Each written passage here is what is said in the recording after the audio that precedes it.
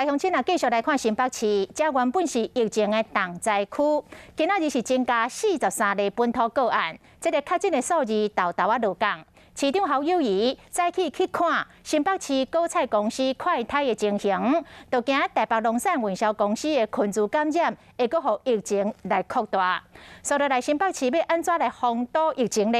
来听侯友宜的说明。当然，今天大家还是非常关心，到底台北的果菜公司北农对我们新北的果菜公司，在三重、板桥这么大量体的果菜公司的这些承销商以及我们作业员的影响多大？昨天刚好是休市，本来我们已经要准备进去开快筛，但是因为休市，也只有等到今天才进去筛检。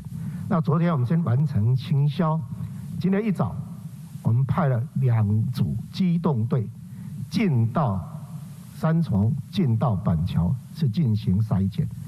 从今天一早一直筛检到下午2点，我们筛检3076人，筛到的都是阴性。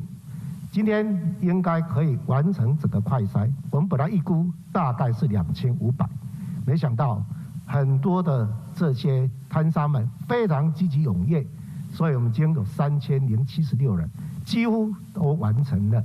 那还有一些因为休息没有来的少数的个案部分，我们明天可以到新北的40个筛检站来进行快筛。那从6月24号起，没有拿阴性证明就不能进场。那阴性证明书对所有的摊商非常的重要。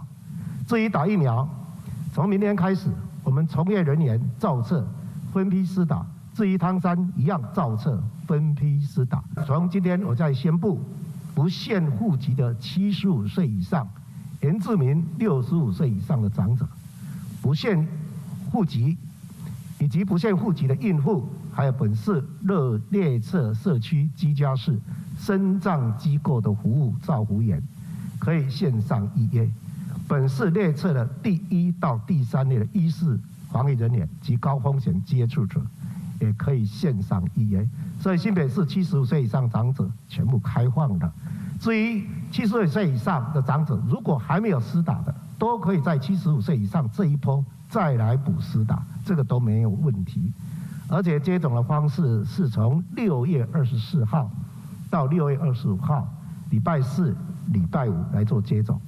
至于开放预约是从礼拜3、6月23号早上9点开放来预约。那我们这当中有27个社区接种站，是用分区分离分时段来做接种。至于27家医院加29区的卫生所，用电话或线上预约，还有203家的合约诊所，这一次也同步开放了。